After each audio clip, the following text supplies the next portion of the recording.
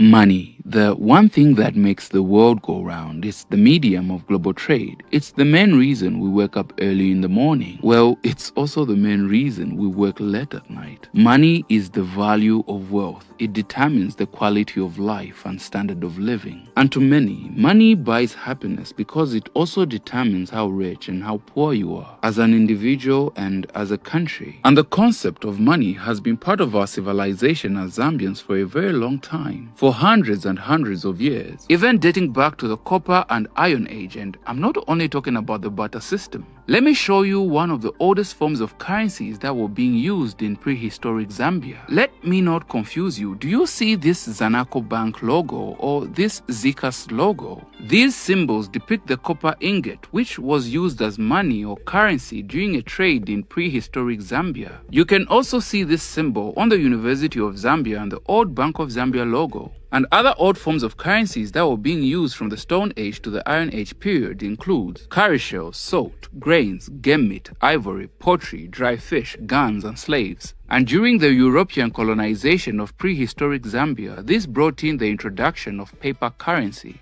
And because today is the day the newly designed Kwacha banknotes and coins are in circulation, so let's talk about the evolution of money in Zambia.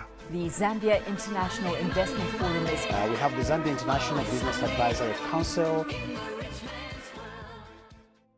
Before Zambia's independence, under British colonial rule of the territory of Northern Rhodesia, the British pound was used as the currency in these lands from 1888. And in the 1920s to the mid-1950s, other currencies were introduced in the territories like the South African pound in 1920 to the Southern Rhodesian pound from the 1940s into the 1950s. Because after the formation of the Federation of Rhodesia and Nyasaland, which is also known as the Central African Federation, consisting of 3 colonial territories of Northern Rhodesia, Southern Rhodesia and Nyasaland, the present-day countries of Zambia, Zimbabwe and Malawi respectively, and the Federation was formed in 1953. This saw the introduction of a new currency called the Rhodesia-Nyasaland pound, which was to be used in the 3 territories. But after the end of the liberation struggles for the freedoms of the people of these lands, so in ushering in a new country of Zambia, a currency was introduced on the 19th of October 1964, called the Zambian pound, which was designed by Thomas de la Rue and Company of London, England. The Zambian pound was used in the first 4 years after the new country's independence because the 16th of January 1968 was the birth of a new currency. On that day, the Kwacha was born.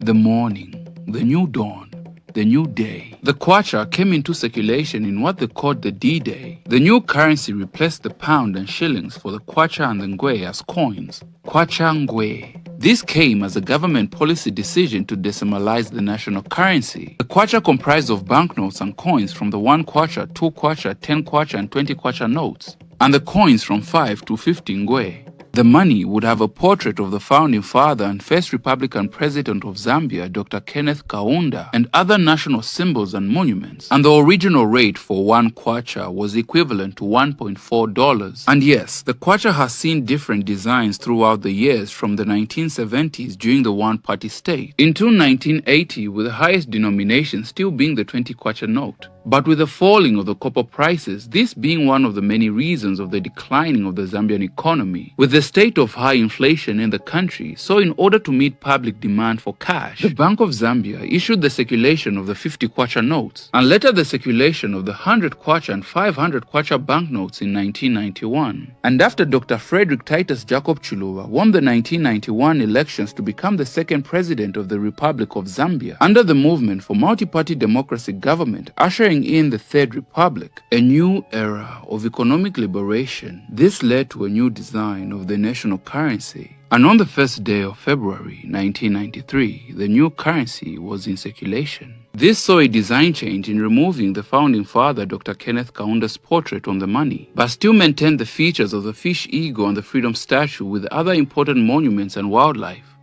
With a continued high inflation, this saw the introduction of new banknotes from the 1,000 to the 50,000 kwacha. With the fast developing of the economy under President Levi Patrick Mwanawasa, this resulted in the kwacha gaining value against the dollar. And with a new government being elected in 2011, this saw the rebasing of the currency, because the old family of banknotes were categorized as high denominations as the consequence of high inflation rates, which were experienced over a long period of time in the country. The new banknotes would comprise of the 2 kwacha, 5 kwacha, 10 kwacha, 20 kwacha, 50 kwacha, and the introduction of the 100 kwacha banknotes. And today, on the 31st of March 2025, the Bank of Zambia is putting in circulation the newly designed kwacha with the introduction of the 200 and 500 kwacha banknotes. But a lot of people are still complaining about the design of the new kwacha because the new notes do not have the depiction of the freedom statue, the symbol of the liberation struggle, the very symbol of Zambia's independence. But the kwacha has always managed to depict the monuments and emblems that make our money unique, different from any other currency on the continent and in the world. And just maybe we will grow to love the new design of the kwacha, while others will see the 200 kwacha and 500 kwacha banknotes as the reflection and reality of inflation.